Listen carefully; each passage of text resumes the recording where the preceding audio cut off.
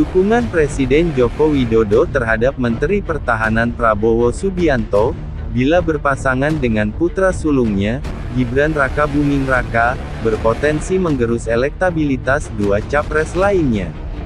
Hal itu terpotret berdasarkan hasil survei terbaru yang dilakukan Lembaga Survei Indonesia (LSI), yang dipublikasikan, Minggu, tanggal 22 Oktober tahun 2023. Jika Gibran mencalonkan diri sebagai cawapres Prabowo, bagaimana dukungannya? Publik terlihat dukungan untuk Prabowo sedikit meningkat dari 35,8% menjadi 39,2%. Ada peningkatkan sekitar 3,4%, kata Direktur Eksekutif LSI, Jayadi Hanan, dalam jumpa pers rilis hasil surveinya. Sementara itu, elektabilitas Ganjar turun 5,5% dari 30,9% menjadi 25,4%. Demikian halnya elektabilitas Anies Baswedan yang terkoreksi 0,4%, dari penurunan sebanyak itu. Selain 3,4% yang teralihkan ke Prabowo, 2,4% diantaranya teralihkan ke responden yang masih belum menentukan jawaban.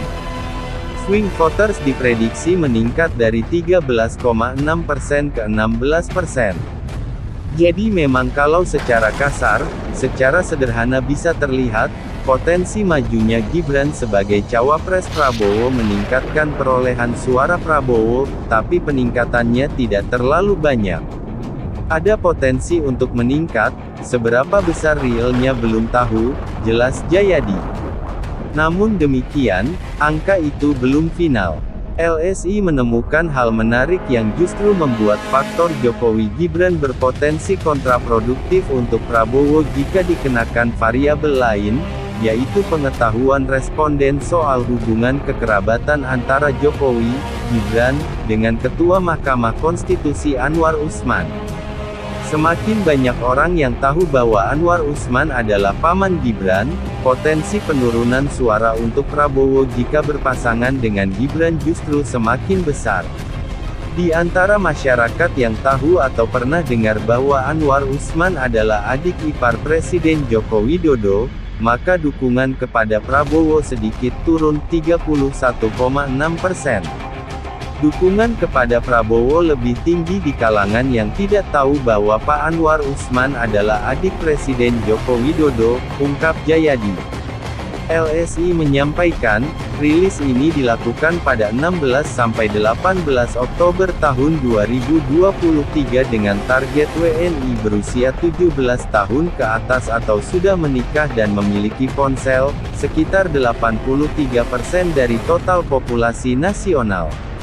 Pemilihan sampel dilakukan melalui metode random digit dialing, RDD. RDD adalah teknik memilih sampel melalui proses pembangkitan nomor telepon secara acak.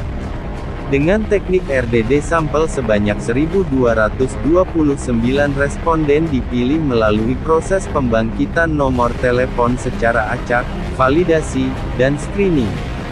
Margin of error survei diperkirakan tanda kurang lebih 2,9% pada tingkat kepercayaan 95%, asumsi simple random sampling, TPN Ganjar bicara kemungkinan suara terpecah jika Gibran jadi cawapres Prabowo.